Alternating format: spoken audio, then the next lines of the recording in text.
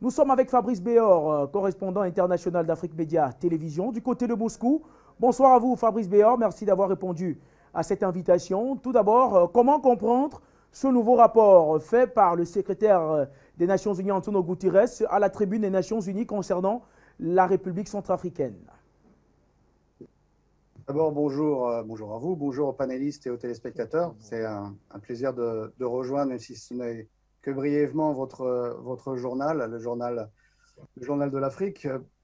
Pour répondre directement à votre question, ce n'est que la suite logique de l'opération contre la Centrafrique, en particulier contre l'alliance de l'équipe du président Touadéra et du président Touadéra, donc du gouvernement de la République centrafricaine avec la Russie, pour retrouver tout simplement, qui a comme objectif d'instaurer la paix sur le territoire. Pour cela, il fallait évidemment lutter contre les forces dites rebelles. Il fallait donc une alliance alternative parce que depuis les années qu'étaient présentes les forces de la MINUSCA, la force Barkhane ou les forces diverses et variées que nous avions un peu partout, il ne s'est jamais rien passé en Centrafrique à part effectivement la continuation des coups d'État, de l'instabilité et surtout des crimes qu'aujourd'hui il se réveille et commence, dit-il, à voir, mais non pas sur les groupes dits rebelles avec lesquels on a des preuves, il collaborait, mais bien évidemment contre les FACA et contre le fameux soi-disant groupe Wagner, mythique, puisqu'il pose des questions. Nous avons l'ambassadeur de France à l'ONU qui pose des questions en disant « Mais que viennent-ils faire? Pourquoi on ne le sait pas ?» Déjà, si tu te poses la question « Que vient faire le groupe Wagner ?» Déjà, c'est un petit problème parce qu'il n'existe pas. Et c'est évidemment l'hypocrisie totale, puisque nous avons un gouvernement français qui sait très bien que le président Touadéra et le gouvernement ont fait un appel à la coopération militaire, que cela est légal, que cela est légitime et que cela ne regarde pas la France par défaut. Donc, pour reformuler, aujourd'hui, nous avons l'ONU qui par la voix de l'ONU, par la voix de son secrétaire général, nous avons les États-Unis et la France qui démontrent que c'est une opération conjointe américaine. Je rappellerai quand même qu'il y a un an, le camarade Luc Michel avait indiqué que c'était une opération conjointe et pas simplement une opération de la France-Afrique, puisqu'aujourd'hui la France-Afrique n'est là, on va dire, que comme sous-traitant de la politique néocoloniale américaine qui avait été engagée par Obama et qui n'est qu'aujourd'hui, on va dire, dans sa phase de développement. Et le fait qu'ils ont perdu pied, je parle de Washington et de Paris, sur la Centrafrique, les amène effectivement à pousser les derniers pions qui leur restent, puisque sur le terrain, ils sont out. Dans les cœurs et les esprits de la population centrafricaine, ils sont discrédités, c'est la moindre des choses.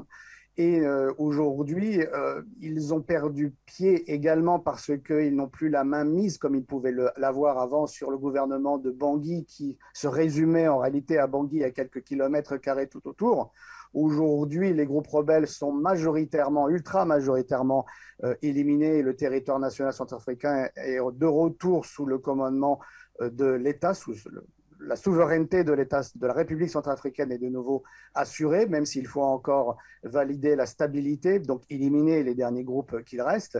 Nous avons donc la France qui a été éjectée. D'ailleurs, M. Le Drian, c'était, je crois, France 24, avait indiqué, et on le voyait avec un peu un excès assez obsessionnel sur la Centrafrique en disant qu'effectivement, le plus important, c'était la Centrafrique, puisqu'ils venaient en réalité de dire et d'indiquer qu'ils avaient perdu la main sur la Centrafrique. Donc, c'est une bonne nouvelle. Et donc, aujourd'hui, les Américains viennent à la rescousse des Français qui ont raté l'opération qui était celle de faire capoter l'accord militaire entre Bangui et Moscou.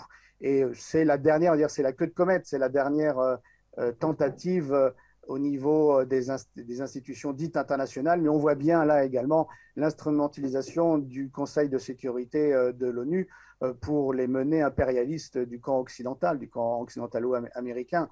Je pourrais conclure simplement en disant que on voit bien que l'ONU a une certaine orientation, on va dire. C'est comme pour la CPI. Hein. La CPI, il n'y a que des chefs de guerre ou des dirigeants africains Il y a eu l'exception, puisque nous avons également eu Milosevic, qui est mort dans ces geôles, enfin, dans ces geôles, on va dire, dans ces geôles parallèles.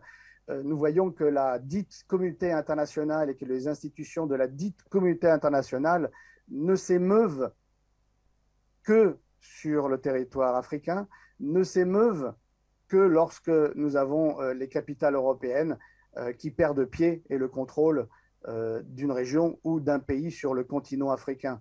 C'est la démonstration aujourd'hui que lorsque l'on veut se dégager on va dire, de la présence, on va employer un terme diplomatique, de la présence, de la pression de l'ancienne puissance coloniale ou des anciennes puissances coloniales ou du principal pilier du monde occidental, à savoir les États-Unis, il faut des alliances alternatives et on voit bien effectivement que la Russie qui a soutenu le Burundi, aujourd'hui le Burundi est totalement souverain, indépendant, sans soldats russes sur son territoire, et que la Centrafrique prend également le même chemin. Et c'est cela qu'ils essayent aujourd'hui de contrer, puisque après le Burundi et après la Centrafrique, il est bien évident que d'autres pays et d'autres élites gouvernementales souhaitent non pas la présence russe pour remplacer les présences françaises ou autres, mais pour se débarrasser de cette présence, apporter la stabilité, permettre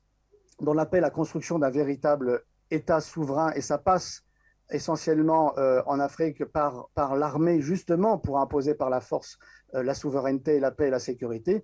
Et en cela, je pense que les Russes ont démontré qu'ils faisaient du bon boulot et que cela ne remettait pas en cause la souveraineté, ça ne remettait pas en cause l'indépendance de l'Afrique, puisque comme disait Vladimir Poutine dans plusieurs circonstances, mais en particulier au forum de Sochi, il avait indiqué aux problèmes africains des solutions africaines, que la Russie n'était pas là pour s'ingérer dans les politiques africaines, mais qu'elle n'était là que pour proposer une alliance alternative où chacun, effectivement, avait un intérêt. L'Afrique, c'était lui permettre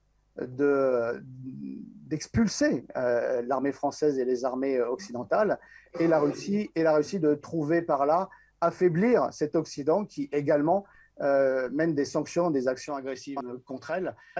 Nous avons un parfait exemple de l'efficacité lorsque nous avons des accords gagnant-gagnant, et le fait que M. Le Drian, le fait que M. Guterres s'excite prouve la validité de cet axe qui est promu depuis un certain temps, et je le rappelle parce qu'il faut le dire, il faut rendre à César ce qui est à César, par mon ami et camarade Luc Michel. On voit bien aujourd'hui que nous sommes dans le concret, et je pense que c'est un premier pion, un premier domino, et qu'il faut que les autres suivent afin que les soldats français puissent retourner en France, puisque je pense qu'ils ont beaucoup d'autres choses à faire que de s'occuper des affaires africaines et de défendre les intérêts de l'oligarchie française.